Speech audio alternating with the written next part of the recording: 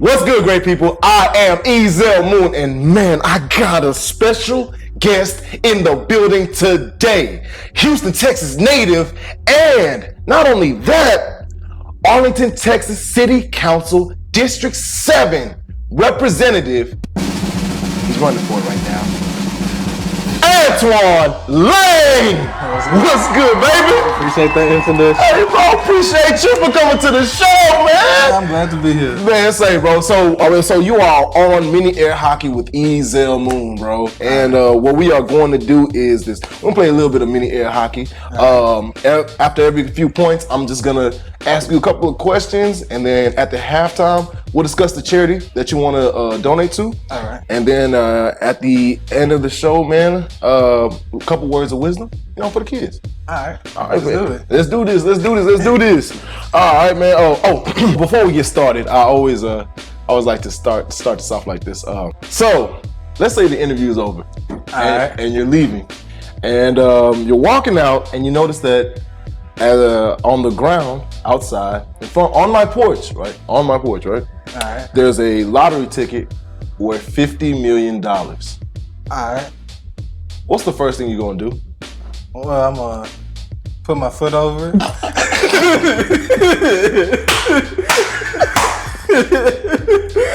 Oh my God! I actually spit on my laptop. Oh my God! Facts, man. So you gonna put your foot over it? Hey, yo, editor, cut all of that out. Shout out to my editor. Yeah, man. So you gonna put your foot over it so you can keep it. All right, bet that.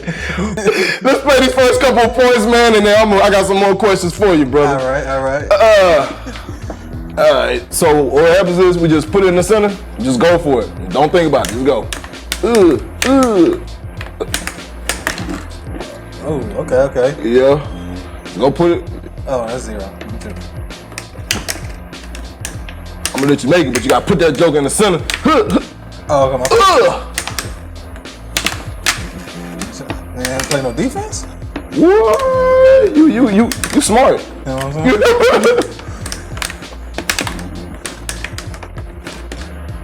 Oh, come on. That's how you're supposed to bounce. All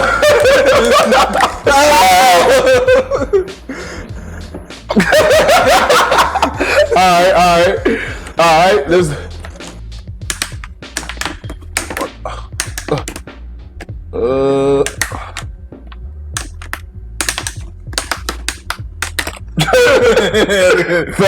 Facts. All right. The score is 2-1. Let's go ahead. Let's get these questions popped off real fast. All right. So, really quickly, man. So, what brought you to Arlington? Arlington, I would say, is school. Okay. I came here at UTA, and of course, after my first couple years, I ended up taking a break off, working. Then I came back to kind of finish up a little bit. It's just been, that's what brought me to Arlington was school. Okay. And what kept me in Arlington was the people. I developed a lot of friendships. Yep. Got to meet a lot of people. Shout out to Noble. Shout out to everybody, bro. Everybody, for real. Like that. Arlington shaped me as far as into an adult, right? Because I came here, of course, as a kid, and still learning stuff, thinking I knew everything. Yeah. Then I learned more. So yeah, it helped me with that part. That's what's up, man. Our experiences in different places do tend to help change our outlook and everything in life. But let me ask you though, why politics? Well, all right, politics. All right, so you probably know, like I think since I was a kid, like I always feel like it was something wrong with the black community. It never made sense to me. It was like, okay, why are we all living in the ghettos? And every time I see a nice neighborhood, they be like, oh, that's where the white people stay. Mm-hmm. And it's like, dang, okay, well we've been here just as long, we work just as hard, if not more, because I mean. Of course, everybody knows the first 250 years of this country's existence on paper as America, we built the country. We was really pretty much the only ones working in the country. So for us to be living in the ghettos, it never made sense. That never made sense to me. And of course, I always felt we was owed reparations, but I never knew how to go about it until last year. Reparations became a big political question on the national stage. So when more people start asking about it, And then I started thinking, because I was always against politics. I was like, oh, well, they gonna put who they want to put in there, and that vote really don't matter. But you do see on certain levels, our vote do matter. Yes, sir. And the politics is very important. And I saw politics as an avenue to get reparations. Politics as an avenue to put us in a better position to go forward. Because right now, like mass incarceration, that was a political decision. Redlining, that's a political decision. Slavery was a political decision. So it's like everything is revolving around politics. And for us to get to a better position, I saw politics as that avenue. And so, me personally, I used to always, like I said, we questioned so many candidates last year on reparations. And when I think what the straw that broke the camel back to me is when I finally I talked to different candidates, but when I was able to talk to a black candidate, not a black candidate, but a black sitting councilman, and I asked him, well, what's your agenda for reparations? I mean, not reparations, what's your agenda for black people in Arlington? And he was like, well, that's not really black people in Arlington. But see, I already did my research before I talked to him, so I knew it was 100,000 black people in Arlington. It was 25% of the population. So I was like, that was very dismissive of him to even say that, especially as a black man. So I was like, okay, none of these politicians are really looking out for us. And so I think we talked to him enough and got dismissed enough to understand that they're not gonna do anything for us. So somebody gonna have to, from the outskirts, gonna have to step in. And then since just looking at so that's when I did the research, seeing what I needed to do to get involved. And I said, I'll do it. I'm gonna get involved in politics and hopefully my involvement in politics brings more people, because I'm not trying to be somebody's leader. You know what I'm saying? I may be the first one to do it, right? But then I think we all leaders. I think we all kings. So it's like, that's the best way to do it. That's what's up, man. Okay, hey, those are the best people to wield power, the people that don't want the power. Like, that's what's up, man. I respect that. Okay. All right, man, let's keep going, man. Let's keep it going. Mm-hmm. So you need a couple more points, brother. Oh, man. All right. You ready? Yeah. Let's go. My boy plays a defensive game like for real. I came up. I shouldn't have came up. Yes, sir. Come on with it, man. I keep telling you to put in the That's all right. My fault. No, you good. I didn't know it was that wide. I think I gotta say is this wide? Yeah, I see now.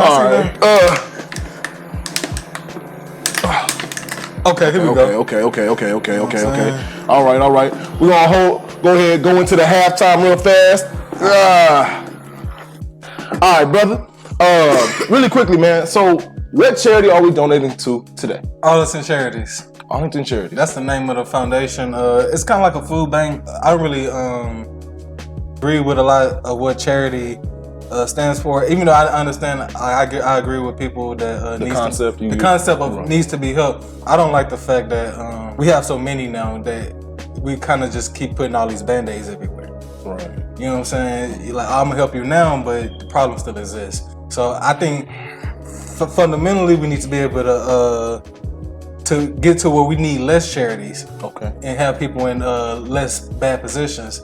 But right now, since that's not an option, well, it's an option for the future. But since we still we still need it. Yeah. So I would donate to Arlington Charities. They gave out 1.6 million pounds of food last year. They had $3 million. They have about $3 million, and they had an operating for that operating budget. It was only using about 2.8% of the money. So basically, they have they're in a good position to be able to help more. Right. And I think they're being responsible with how they're spending. Okay. So okay. That's why I would support them. Okay. So they. That 2.8% of the money that's what they use to operate and keep their business going. So so you mean something over 95% was they were donating towards the people? Yeah. Oh, okay, all right. I respect that. I definitely can respect that. Okay. Yeah, definitely. Yeah, man. All right, Arlington Charities. Hey, we got something for you. All right, most definitely. So let's go. Let's get into the second half of the show, man. Before we get started, what changes do you expect to make? Changes I expect to make. Well, I'm definitely going to implement a black agenda. That's my number one. That's my number one point. Right. I'm proposing a $500 million economic development plan. Racism. When you look at racism as how somebody think or how somebody feel, then that makes it impossible to change. Because I can't change the way somebody think. I can't change the way somebody feel. I can just change the way they choose to lie to me. And so when that situation, that's really what's been happening for like the last 400 years. It'll be like, oh, things are getting better. No, it's just covert racism now. It's not as overt, but it's still the same policies that's keeping us in the ghettos. So now I say, okay, the racism I want to end is the economic racism. Right. You know what I'm saying? Because I think that's something where we can affect, where we can be able to. Well, if you don't like me, that's fine, because we have corporations too. Right. You know what I'm saying? If you don't like me, you don't want to give me a loan, that's fine. I'm gonna put my money in our banks. I'm gonna go stay in our apartments, or I would stay in, you know what I'm saying? Things like that. And I think that's what I want to change. And as far as Arlington, the city itself, I look at Arlington as like it needs a cultural boost. Like it don't have like what they're doing, the vision that they have right now. They're trying to make it like Plano with a stadium. Or they want to make it like Frisco with a stadium, and it's like that's just bland. It's boring. It's not creative, and there's too much cookie cutter going on. Right. And I think we need to be able to bring some people in there with some visionaries. You can't just rely on billionaires who look at numbers all day, because they don't know. That's how you go get a cookie cutter country. Yes, sir. So I think with Arlington, we have a unique opportunity to bring some culture into that city and to make it like a cultural hub, to where it'll be so much different from Dallas, Frisco, Plano, that people actually want to come there and have fun outside of the stadium, or when they leave the stadium, they want to sit in the city for a little longer. They don't want to go straight home. Right. That's what's happening right now. Yeah. Okay, my last change is the schools. 65% of our schools got a C rating, D rating, F rating. And 65%, and we've invested in all. We don't even look at our schools. We don't invest into our schools. We don't have town halls with them to see, okay, what do the students want? What do the teachers need? What do the parents need? Like, what do we need for the kids to come to school and be successful? And if we're not having that, then it's like, what are we doing? You know what I'm saying? Why our schools continue to fail? And so with failing schools so schools is something I really want to get deep into, so we can give people opportunity, because you'll keep raising the rents in Arlington, but then you fill in the schools, so they're never gonna be able to go to this college this college dream that they want people to have, because they're filling the school, so they're never gonna be able to afford to live in Arlington in 20 years. Right. They're gonna be homeless, honestly. Makes sense. So yeah, that's kind of how I look at it as far as what I want to do to help in Arlington. All right, awesome. Okay, man. All right. So let's say you're throwing a dinner party, right? And you can invite anyone you want, living or dead. Okay. Right. And they will be there. All right. Who you invite? All right. For this one. All right. I have an entertainer favorite that I would like to speak with, but just to be like deeper than that, because it is somebody I would rather speak to than my Pimp C, because that's who it would be. So it's like R.I.P. Pimp, the Pimp, Bun B. Come to the show. For sure. But who I want to speak with, I wouldn't know the exact name, but I would want to speak with the oldest, one of the original slaves, whoever was the wisest one, who can tell us like what happened, what was happening prior to 1492. Like, cause I think that's the biggest thing that messes black people up, is that we don't know our history. Right. We don't know where we come from. We don't know how we got into slavery. We don't know what we was doing prior to slavery. It's kind of like it's a guessing game. So I think that's why I want to talk to you, because that information, right? They have outlooks on it, and but to get the full in depth, you want to actually talk to the people that were there. Like, okay. Yeah. That's respectful. You might need a translator, man. You might need a translator. Somebody that really knows the language too. Yeah. Seriously. Okay. Well, anybody else? To talk to, invite. Yeah. Let's see. As the pimp and one of the first slaves. I can invite more than one? Yeah, man, of course. Oh. It's your dinner. It's a party. You don't literally like, oh yeah, Pimp C and this one slave. Well, all the homies for sure. That's before I'm pulling up.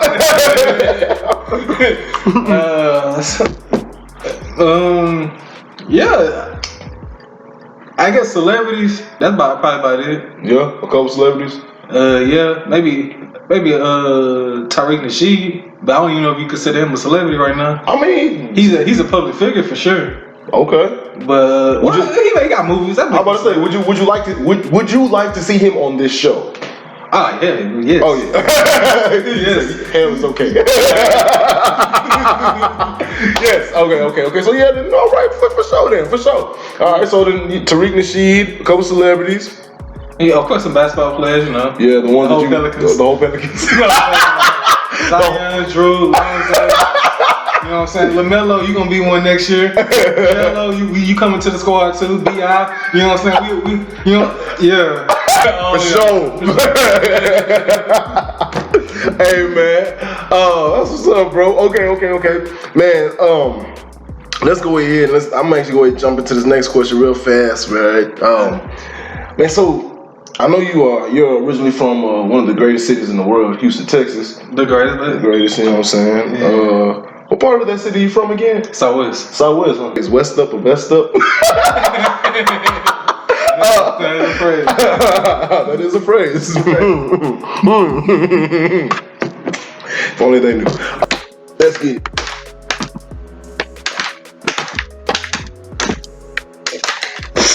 Six, 8-6, man. That was a great game. Real talk. Appreciate you. Before we close out the show, though, there's something we always got to do, and that is, you mind saying something for the kids? That's it. All right, I'm gonna go ahead and get out the way. All right. For the kids, I want to say, I want to tell y'all that never let your circumstance, never accept your circumstances for what it is if you don't agree with it. You can always change that circumstance. And if they tell you they can't do it, because anybody, or if they tell you to be quiet, like those are just discouraging tactics. Because anybody tell you to be quiet kind of wants you to starve. Because if you say, they say closed mouths don't get fed. So if they're telling you to be quiet, you know what they mean. So for the kids, I want y'all to just keep working hard, keep learning, always ask questions. Like when you studying history, like don't just take everything, don't just read history, you know what I'm saying, as they tell you to, analyze it.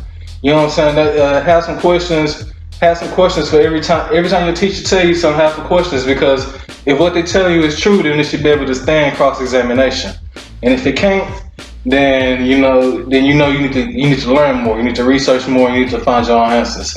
And that's all I want to tell y'all. Keep being great. Keep shining hard, because y'all are our future. You know what I'm saying? Like somebody got to change our diapers when we get old, and so we need y'all to be good. Hey, that's real. Okay. Thank you so much, man, for coming to the show. Man, I'm blessed to have you. I'm honestly blessed to know you, sincerely, bro. I also want to make sure everyone knows, you guys, if you're in the Arlington area, please make sure you make your way to the polls May 2nd. Okay, May 2nd. Have that date locked in. I'm gonna post it right here somewhere. Make sure you vote. How can they find you online? Antoine Lane for District 7 on Instagram, Twitter, Facebook, and Antoine Lane for Arlington District 7 is the website. And you can follow my personal email too, but I'm personal accounts too, and that's at booby_. This vote is April 20th through April 28th, and the deadline for to register to vote is April 2nd. All right. Facts. Deadline to vote April 2nd, early voting April 20th through April 28th. Y'all, please make sure you guys are voting. Vote. All right. Hey, if you guys like the show, please definitely make sure you guys like, comment, share, subscribe, turn your bell on for notifications. Man, not only that, but what was I gonna say? No, that's it. I'm gonna end the show. All right, here's another. I can't believe that I beat someone that was running for city council, bro. Like, and then the thing is, like, and when you win, I'm gonna be like, I can't believe I beat somebody that's on city council. All right. Hey, when this camera goes, we getting that rematch. That's all right. It can happen. happen. It can happen. Yo, thank you again for coming to the show. Thank y'all for tuning in. I am Ezel Moon, and this is the EMC, where I am not doing it unless it helps someone and it's fun. Yeet! And that's it.